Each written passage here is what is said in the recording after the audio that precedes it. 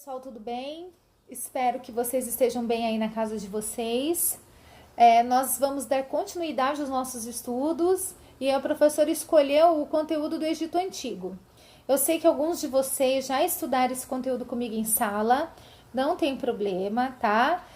Vocês estão tendo agora uma oportunidade de rever, de retomar o conteúdo. E para aqueles que não estudaram, estão tendo agora a oportunidade de aprender e de conhecer sobre a civilização egípcia. Ok? Vamos lá. Então, primeira coisa, pessoal, localização.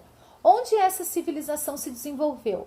Essa civilização se desenvolveu no nordeste do continente africano, ao sul do mar Mediterrâneo e também na fronteira ali com o continente asiático. E é uma civilização que terá a sua história marcada pelo forte vínculo com o rio Nilo. Então, assim, é muito comum, todas as vezes que a gente estudar a história do Egito Antigo, seja na apostila, nos livros ou em alguma página da internet, a gente sempre encontrar aquela famosa frase do Heródoto, né? O Egito é uma dádiva do Nilo. Então, é sempre muito comum. O que o Heródoto, né, quis dizer com essa frase? Olha, gente, sem o Nilo era impossível se desenvolver uma civilização tão complexa, tão rica economicamente, com uma agricultura forte como a civilização egípcia. Mas nós sabemos também, além da importância do Nilo, da importância dos povos, né, dos primeiros povos ali que se fixaram na região, nas margens do Rio Nilo e dos seus esforços coletivos de tornar o Rio Nilo viável, né, através do quê? Através das construções dos canais, dos diques, dos aquedutos, que esses canais que fizeram com que a agricultura se desenvolvesse num nível muito grande, a ponto de ser a base econômica de uma civilização complexa como o Egito. Então, o Nilo ele é realmente de extrema importância, né, para o Egito Antigo, porém também o esforço coletivo dos povos que se fixaram ali nas margens do Rio Nilo e que começaram a formação do Egito Antigo são também de igual importância para que o Egito se tornasse a civilização que ele se tornou.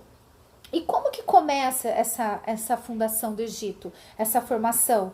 Como que começa e quando que começa a ação desses povos? Então, olha só, mais ou menos, pessoal, após já tinha passado o período da Revolução Agrícola, mas aproximadamente ali entre 6.000 a 5.000 anos atrás, antes de Cristo, grupos nômades acabaram sendo atraídos por essas terras que eram naturalmente irrigadas pelo Rio Nilo. Então, o Rio Nilo, além de toda a sua importância, né, da sua grande extensão, é o segundo maior rio do mundo em extensão. Em um período do ano, o Rio Nilo ele tinha o seu período que a gente chama de cheias. E essas cheias do Rio Nilo acabavam inundando ali as terras que estavam em suas margens. Para vocês terem uma ideia, essa inundação atingia às vezes 10 quilômetros dessas terras, né? As terras que estavam à margem do Rio Nilo. Essas inundações, o que acontecia? Após o período, né, que essas águas baixavam e voltavam ao seu curso normal, as terras que haviam sido inundadas pelo Rio Nilo, elas se tornavam muito ricas, porque elas eram fertilizadas por uma substância que as águas do rio trazia, que a gente chama de humus. E essa substância, essa inundação do Rio Nilo fazia com que essas terras ali nas margens do rio se tornassem muito propícia para a agricultura.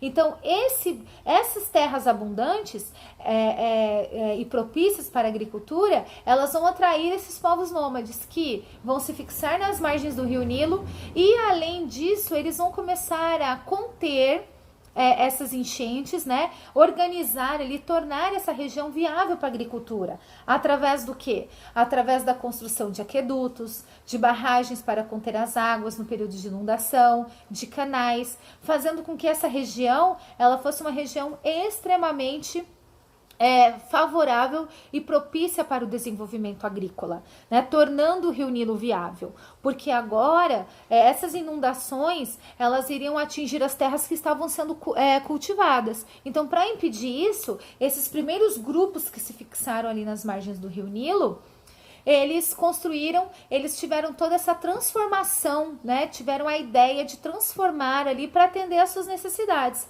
através das barragens, dos aquedutos, de canais, inclusive reservando água, pessoal, para um período de seca, onde eles acabavam reservando a água e utilizando essa água no período de seca, né? Quando o fluxo de água diminuía ali no Rio Nilo. E esses agrupamentos, eles começaram a crescer.